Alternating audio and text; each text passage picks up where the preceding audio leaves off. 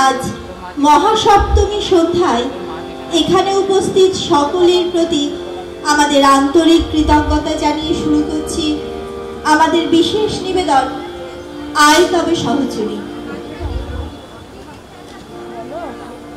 পৃথিবীর সকল শান্তি, তৃপ্তি, বিশ্বাস, আস্থা আর নির্ভরতার আধার হলেন মা।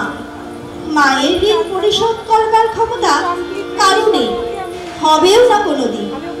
পৃথিবীর প্রতিটি মা কি দীর্ঘ সময় গর্ভধারণ করে অসহ্য প্রসব বেদনা সহ্য করে পৃথিবীর আলোতে আনেন তার সন্তানকে।